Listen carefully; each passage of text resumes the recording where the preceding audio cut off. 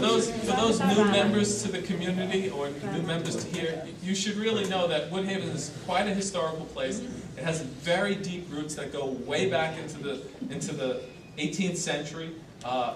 Old families, we have old cemeteries, we have markets through the community. Feel free to walk through and check it out. It's a really great place with very deep roots. That's why we don't tend to go through some of the things that some of our surrounding neighbors go through, and it's important that we keep it that way. That's why we have this forum. Again, we hope you come out more often than... Can I ask you a question? I live on 78th Street between 88 and 88. Some people here don't know that Niers, what are they doing with that? Good question, sir. Okay, I'll answer that one. Okay, please do. The owner of that is a gentleman named David Ang. David Ang lives in Flushing, but he has a business. He's into music, promotional. He's a producer and a music person, and I've had extensive conversations with him. David Ang is currently, I'll make this long and boring, David Ang is currently working with Forest Park to put some of his musical promotional bands into the band shell to have concerts during the summer. David Ang has built in the back of the Niers a studio, an actual recording studio that people come from across the country to record. Yeah, Eminem actually has done tracks in there, and for those people who know hip hop or anything like that. Little candy guys? Yeah, Eminem, the blue ones. But that's the thing. He is the person who had the license for years has retired and wanted to give it up. And David told us that he didn't want to see the place developed and lose its character, because that is the oldest bar in Queens. It was first opened in 1855. It supplied drinks to people who went to the Union Forest racetrack, which was opened in the 1800s. Well, David decided, Mae West performed there. Yes. David decided that rather than to let it go into the hands of someone who was going to ruin it, he went and got a liquor license, and he's going to have someone run it. He's going to refurbish the bar. It's going to take about 3 to 4 months to do it. And there's going to be an article in the New York Times about the Niers bar. And it's going to be an incredible addition to the community of Woodhaven. Hey, Vince, if I could just add, when, I've lived in the community many years. When I was a little boy, which might be hard to believe, Niers actually still had the, I don't know if many people have seen Wested. Well, I was going to bring that up next. But they had these swinging doors like you see on the saloons in the, like that. That was the doors. And they have candlestick bowling in the back. One of my brothers used to be a pin boy. I believe that's probably where they built the studio. It was a fascinating place, though. David is still not sure how he's going to renovate it, but I will let you know that he does have an architect working on this, and that he hopes to bring it back to its former splendor. There's always issues with security because it had a great big picture window in it. He'd like to do that again.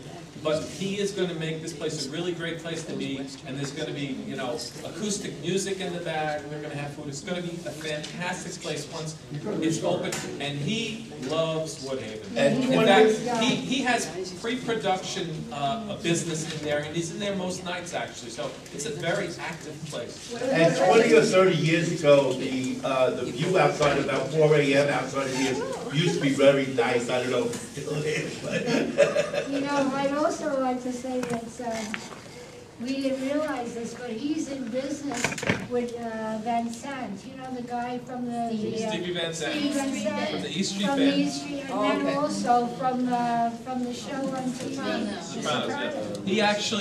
He's in business with him. He's actually one of the producers of Little Steven's Underground Garage, which is on, I think it's Q1043 on Sunday late in the evening.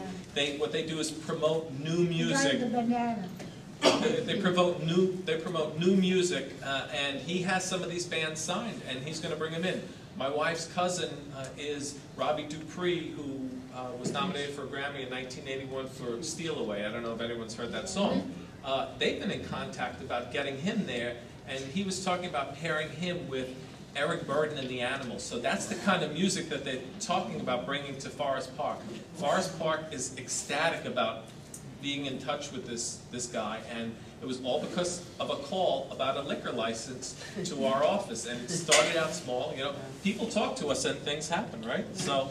See, as Van said, maybe people might know him also from The Sopranos. Yeah. I think that's probably The where more bandana. people would know him from. Yeah. Where was that bar? Silvio. The bar is on 78th Street, Yeah. right? Yeah. Just go straight Yeah. down. And I think where this gentleman lives, didn't he, from his address, didn't he live at the site of the former PS 60, the wooden one? Isn't that where you live? No, where you live, PS 60, the original Woodhaven, Woodhaven PS 60, right? Yeah, that was right on your location, that's what I thought by the It address. was, I lived there before, you remember the Goodfellas that were filmed there? I used to go pick up my sister from school, she was older than the wooden school, so I I moved there in remember. 1972. All right, well, this goes back to the early 60s, mid Yeah, so 60s. I They knocked this- out PS this 60. Excuse me, by the way, this gentleman is the brother of Barney Delando, that was the president of the organization. Thank you, Maria. As I said, this place is steeped in history. What do you mean steeped in history? Many people don't know that in 1895, on a July day, Woodhaven got hit by a tornado and basically destroyed. I mean, a 16-year-old girl was killed, and it came from the heights that you had mentioned of Cypress Hills and just rolled down the equivalent of Jamaica Avenue. When was that? I'm sorry. 1895. Well, Vance, to even more history, in Highland Park, where I was talking about earlier, is where Washington troops were met by the by the King's men and pushed them off the island of Manhattan. Yes. That happened right at the ridge. As this woman mentioned here, she knows about 1776. If anyone's ever read the book, that story is highlighted. It used to be called the Battle of Long Island or Brooklyn, but that occurred 2 Yes. miles from here. And that was a part of the original tract that was bought by John Pitkin, and Pitkin Ave. from Pitkin Avenue. He bought it in 1835, and he wanted to develop it into a new city, an alternative to Manhattan. And that's why East New York is called East New York, because it's east of New York, and it was supposed to be the counter to New York. And he also developed Woodhaven. This is all part of the same historical tract of land. It's pretty incredible, actually. That's why we have to keep it good. That's right. Because we have a history to maintain. We do. And it's part of everyone. If there's any questions from the audience or anything that people would like to say before we close and give our 50-50? That lady's gonna draw. Come here, pick it again. Okay, 50-50. Okay. 506-9770. Right here, donate it back.